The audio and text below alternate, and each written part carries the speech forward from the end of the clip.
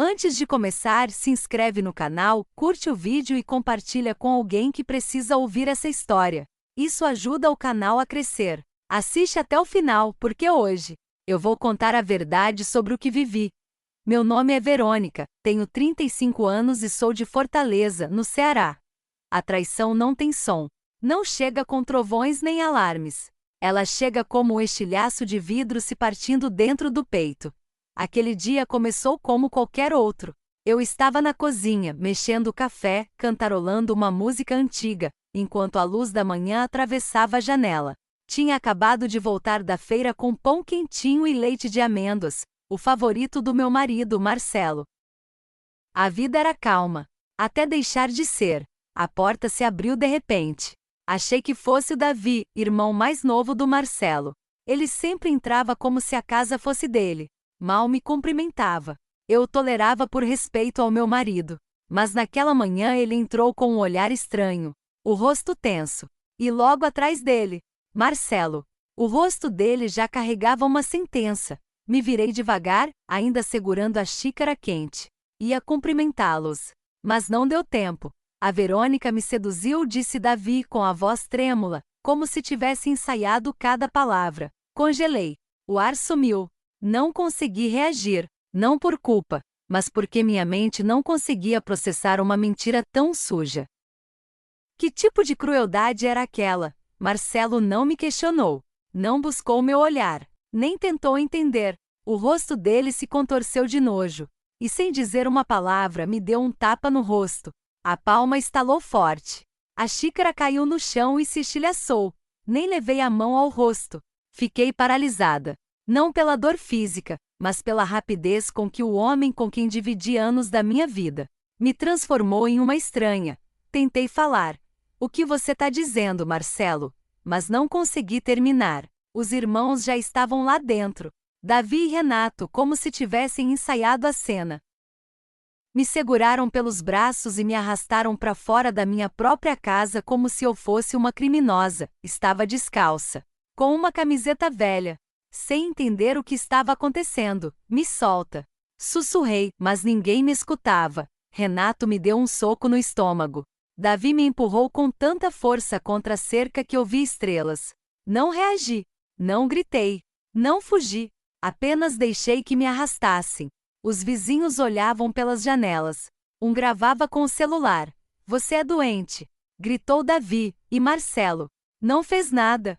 Não saiu para me ajudar. Só ficou na porta, braços cruzados, a aliança ainda no dedo, como se ela ainda significasse alguma coisa. O rosto dele não mostrava raiva. Só certeza. Como se eu já tivesse sido enterrada. Me arrastei até a calçada. O celular não parava de vibrar. Ligações, mensagens, boatos. Eu nem havia tido a chance de me explicar. Já me haviam julgado, condenado, sentenciado. Voltei para dentro em silêncio. Arrumei uma mala. Não me despedi. Não tentei argumentar. Sabia que ninguém se importava com a verdade. Eles só queriam um culpado. E esse culpado era eu. Na cozinha, vi a xícara quebrada no chão. Meus dedos sangravam. Não sabia se era pelos cacos ou pelos empurrões. Já não importava. No banheiro, escrevi no espelho com sabonete. Você nem perguntou. Saí sem gritar. Sem bater a porta. Só uma mulher com o coração em pedaços. Saindo de uma vida que achava que era real, não tinha para onde ir. Só sabia que não podia ficar. 2 dias depois, numa biblioteca pública, tentei acessar meu e-mail. E lá estava: suspensão administrativa imediata. Meu trabalho. O comunicado dizia: diante das acusações nas redes, iniciamos o processo de desligamento.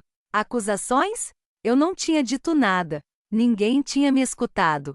Mas a mentira já tinha forma, voz e audiência. Entrei nas redes.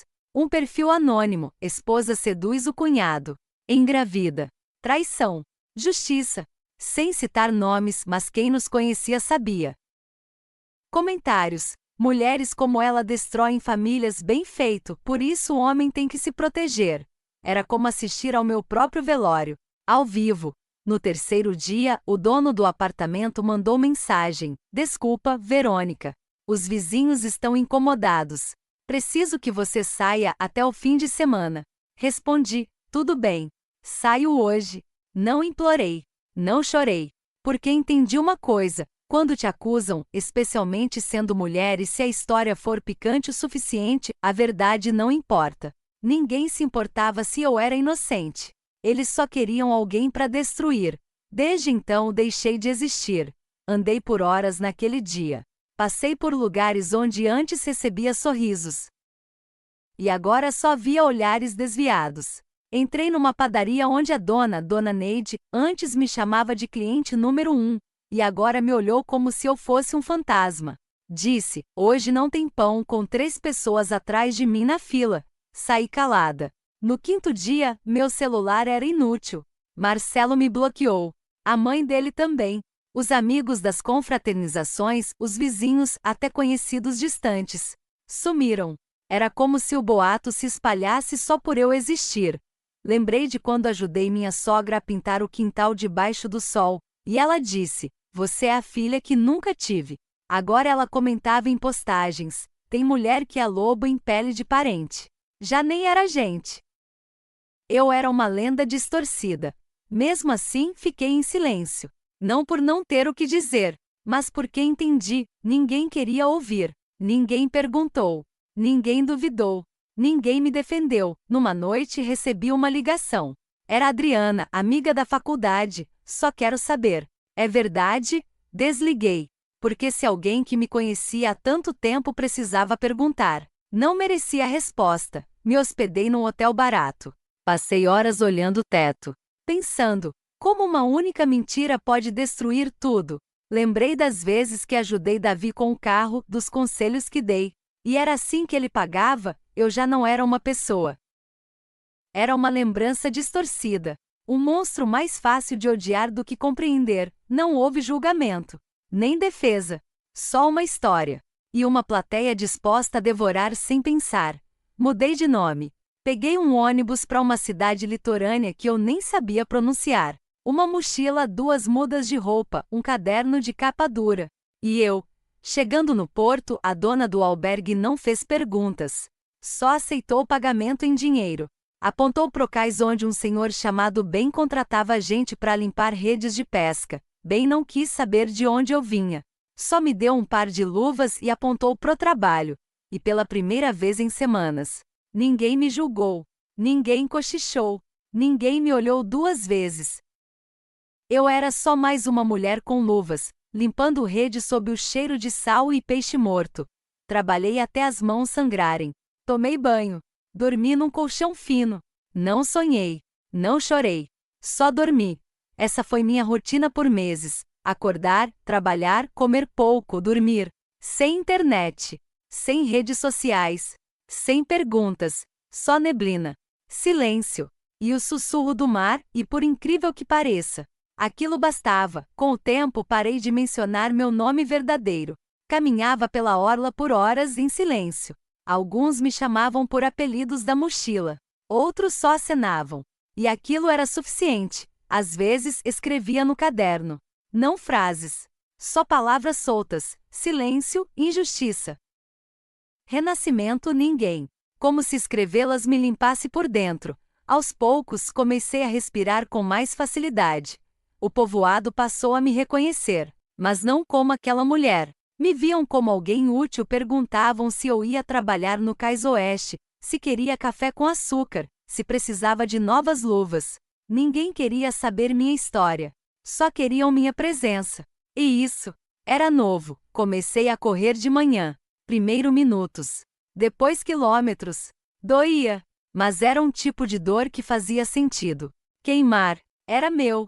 Pela primeira vez em muito tempo, meu corpo era meu de novo. Depois de alguns meses, comecei a consertar coisas na vila. Portões, cercas, calhas. Uma senhora chamada Clara me perguntou se eu sabia de informática. Disse que não muito, mas podia tentar. Me emprestou um notebook velho para atualizar o site da lozinha dela. Passei noites vendo tutoriais, lendo fóruns, aprendendo. Deu certo. O site ficou ótimo. Depois veio outro pedido. E mais outro. Sem perceber, virei a mulher que arruma as coisas, que entende de computador, que aparece quando precisa e não faz perguntas. Já não era mais a acusada. Era a Verônica. Sem passado. Só presente. Numa noite, olhando o cais enquanto o céu se enchia de estrelas, pensei em Marcelo. No rosto dele quando escolheu acreditar no Davi sem hesitar. Me perguntei se ele algum dia se questionou. Se arrependeu. Depois, deixei o pensamento ir embora. Não importava mais. O que importava era aquilo, aquele momento. A paz, o vento no rosto, o mar cintilando. E eu, de pé, viva, não como antes, mas nova. Meu nome, Verônica, já não era ferida. Era semente. Não uma máscara, mas um começo. Quase um ano depois eu não estava mais apenas sobrevivendo. Estava vivendo. Com calma, com consciência. Mas vivendo. Montei um pequeno espaço de trabalho nos fundos de uma loja abandonada. Tinha uma mesa dobrável, um notebook velho, uma chaleira e um ventilador barulhento que fazia às vezes de aquecedor. Não era muito, mas era meu. Vieram mais clientes. Pequenos comércios, uma floricultura, uma empresa de aluguel de barcos, uma jovem que queria um site de receitas. Aceitava todos. Não era barato, mas era justa. Me pagavam com dinheiro, pão, café. E algo que valia ainda mais, respeito. Nunca perguntavam de onde eu vinha. Só se importavam com o que eu podia construir. Um dia, saí de uma reunião com o conselho da vila. Tinha desenhado um sistema digital para organizar as obras públicas. Me aplaudiram. Eu sorri, não por vaidade, mas porque entendi algo, a mentira. Já não tinha mais poder aqui. Fui até o cais descalça e deixei o mar tocar meus pés. Chorei, não de tristeza, mas de incredulidade, porque eu tinha feito o impossível, construído uma versão de mim mesma que ninguém podia derrubar, mas com cada passo adiante. O passado sussurrava. Guardava um pendrive pequeno, envolto em fita preta. Continha um áudio que recebi 6 meses depois que desapareci, a voz de Davi, rindo, confessando. Fiz isso porque não aguentava mais ver todo mundo admirando ela. Transformei ela em nada, ouvi uma vez só. Não chorei, não gritei, só guardei. Não por vingança, mas como prova de que eu não tinha imaginado que o mundo de fato me engoliu, por inveja de um homem. Minha cura não veio com gritos, nem com castigo, veio com passos lentos, com código, com trabalho, com silêncio, com dignidade. Até que numa manhã, quando tudo já parecia distante, alguém bateu à porta. Não era uma batida comum, era aflita, desesperada, como se alguém estivesse se afogando. Congelei, olhei pela janela. Chovia forte, o céu carregado. E então ouvi, Verônica, por favor. Aquela voz, rouca, trêmula. Eu ainda reconhecia, era Marcelo. Abri a porta devagar, não por medo, mas porque não sabia o que encontraria, e lá estava ele, encharcado, com os olhos cheios de algo entre culpa, medo e cansaço. Marcelo, o homem que jurou me proteger, e me destruiu sem me escutar. Te procurei por anos, murmurou, se abraçando como se tentasse não desmoronar. Não disse nada, não me movi, apenas o encarei. Como quem observa uma tempestade do outro lado do vidro, ele deu um passo à frente. Não recuei, mas também não o convidei a entrar. Preciso falar com você, disse, tremendo. Preciso te explicar. Caminhei até a escrivaninha. Abri uma gaveta. Tirei o pendrive. Aquele que guardei todo esse tempo. Estendi para ele. Aqui está sua explicação, falei com calma. Ouça. Se depois disso ainda quiser conversar, volte amanhã. Marcelo pegou o pendrive com mãos trêmulas. Não disse mais nada. Virou-se e sumiu sob a chuva. Fechei a porta, não olhei o relógio.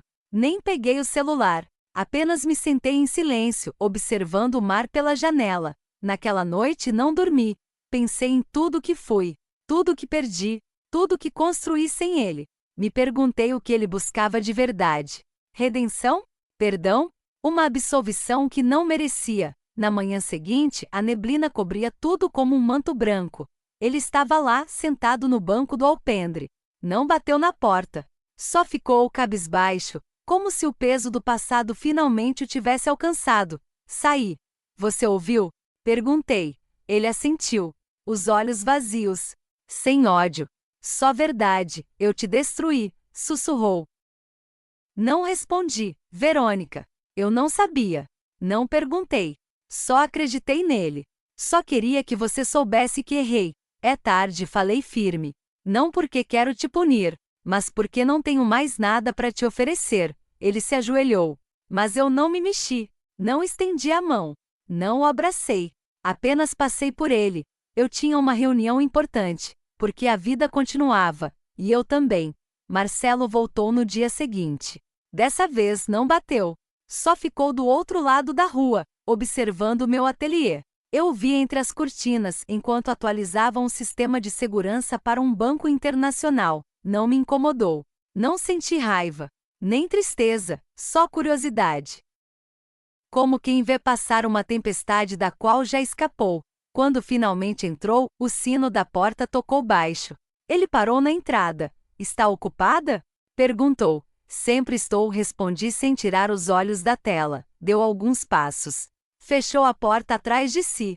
O ar cheirava a chuva antiga. E a remorso. Não dormi, disse em voz baixa. Continuei digitando.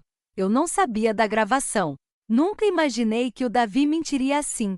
Eu só acreditei. Só isso. Levantei os olhos. Eu sei. Sei disso há 2 anos. Ele piscou. Como se minhas palavras fossem um tapa.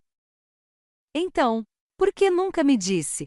Porque a verdade não muda o que você fez, falei. Não apaga sua mão no meu rosto. Não devolve minha casa.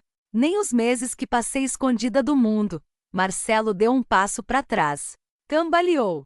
Não por mim, mas porque não conseguia mais sustentar as próprias escolhas. Eu voltei por quê? Não me sobrou nada, disse com a voz quebrada. Olhei nos olhos dele pela primeira vez desde que reapareceu. Você não voltou por verdade, Marcelo. Voltou por limpeza. Porque seu mundo desabou e agora precisa se agarrar a algo puro. E eu? Não sou mais isso para você. Ele silenciou. Não voltei por redenção, murmurou. Eu sei, respondi. E por isso? Já te perdoei há muito tempo. Os olhos dele se arregalaram. Mas antes que ele dissesse algo, completei. Te perdoei por mim. Para sobreviver. Mas isso não significa que voltaremos a ser algo. Perdão não é uma porta. É um ponto final. Ele baixou a cabeça. E finalmente. Não discutiu. Só foi embora. Sem apelos. Sem drama. Sem mentiras novas. E eu fiquei ali. De pé. Em paz. Inteira. Alguns dias se passaram. E então aconteceu. Numa manhã comum tomando café diante do mar, vi algo que me congelou. Um artigo num fórum digital. Título: Uma falsa acusação destrói uma vida. Até que a verdade vem à tona. Cliquei. E o que li? Não foi coincidência. Era a minha história, sem nomes. Sem fotos. Mas com detalhes tão exatos que era impossível negar. Uma mulher acusada pelo cunhado, expulsa de casa, agredida, abandonada, demitida. E uma gravação que mudava tudo.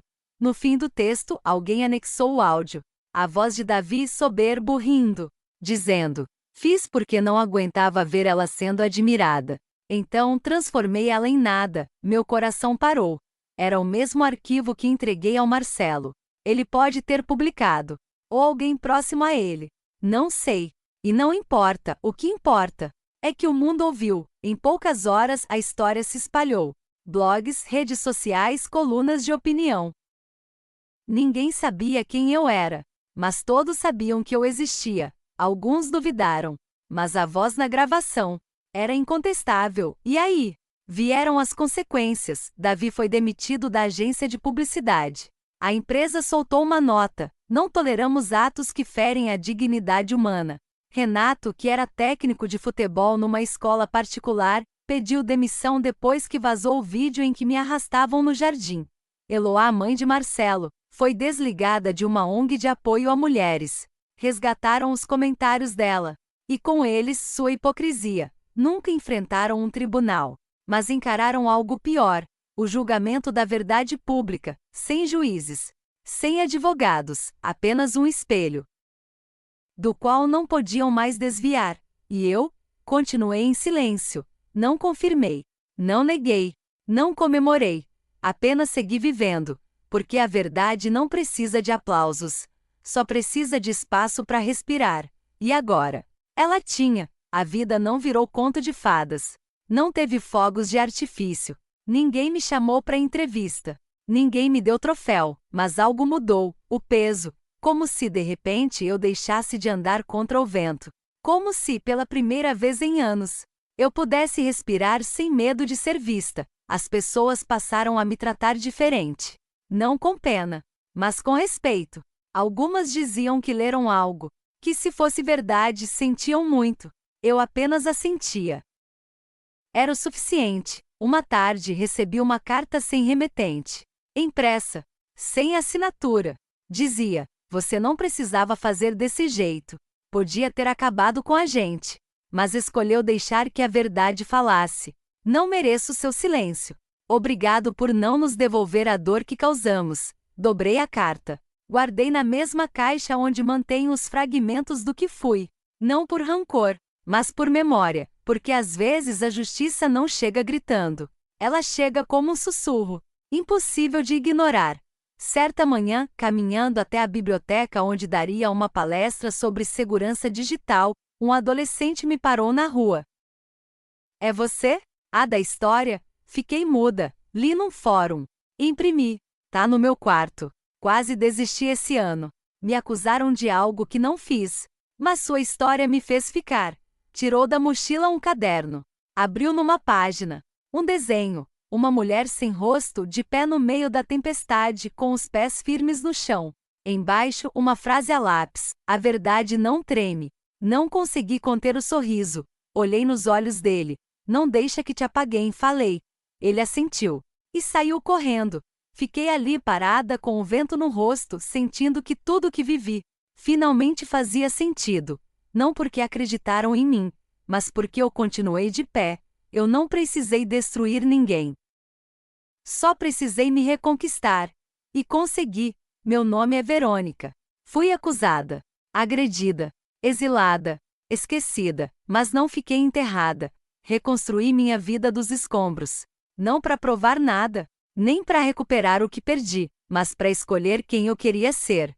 E agora? Não preciso da aprovação de ninguém, porque o único nome ao qual eu respondo é o meu. Se você gostou dessa história, não esqueça de deixar o like, se inscrever no canal e ativar o sininho. Aqui você encontra histórias reais de superação, coragem, justiça e transformação, porque às vezes a melhor forma de vencer é simplesmente não aceitar o que te machuca. Até a próxima!